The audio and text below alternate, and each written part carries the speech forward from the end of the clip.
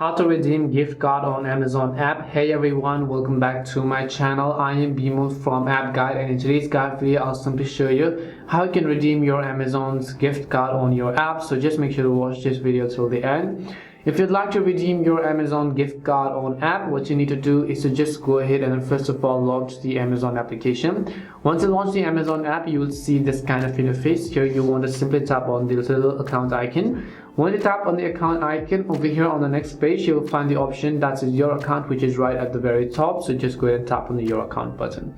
As you tap on the your account button, you'll be taken to this settings page, and over here you want to scroll down to the payment section. So just find the option called payments, and under payments you'll find manage gift card balance over here. As you can see, just tap on it.